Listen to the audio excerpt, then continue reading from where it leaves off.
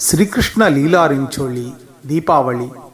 సురల సిరులన్నీయు తనకే సొంతమనియు అదితి కర్ణకుండలములనపహరించి వరుణదేవుని ఛత్రమున్ బలిమిగొనియు స్త్రీజనంబుల చెరబట్టి చెరనుబెట్టి ప్రజల స్వేచ్ఛను హరించి రాక్షసముగా సురల హింసించెడు నరకాసురుని గూల్చి ఇలకు దీపావళి పర్వమిచ్చినట్టి కృష్ణమూర్తికి భక్తితో కేలుమోడ్తూ కృష్ణమూర్తికి భక్తితో కేలుమోడ్తూ.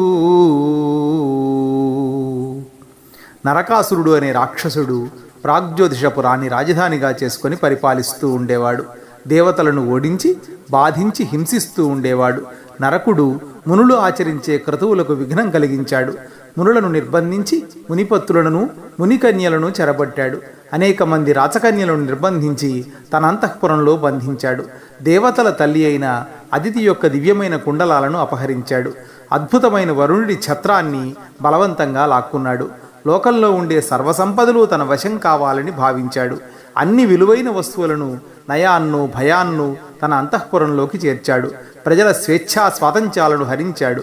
నిరంకుశమైన అధికారాన్ని నరకుడు అనుభవింపసాగాడు. ప్రజలను ఒక రకంగా గాఢాంధకారంలో ముంచివేశాడు. ఇతని ఆగడాలను భరించలేని వశిష్ఠాది మునులు, ఇంద్రాది దేవతలు మహావిష్ణు స్వరూపుడైన శ్రీకృష్ణునితో మొరపెట్టుకున్నారు.